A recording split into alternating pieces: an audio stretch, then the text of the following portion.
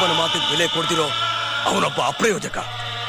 ಅವನ ನಂಬ್ಕೊಂಡು ಹೆತ್ತೋರ್ನ ಬಿಟ್ಟು ಬಂದಿರೋ ಇವಳು ಅದೇ ಅದೇ.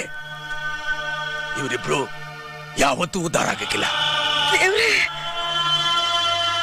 ನೋಡು, ಆ ಪತ್ರದಾಗೆ ಅವನಿಗೆ ಸೇರ್ಬೇಕಾದ ಆಸ್ತಿನೆಲ್ಲ ಬರೆದಿಟ್ಟಿದ್ದೀನಿ. ಅದನ್ನೆಲ್ಲ ತಗೊಂಡು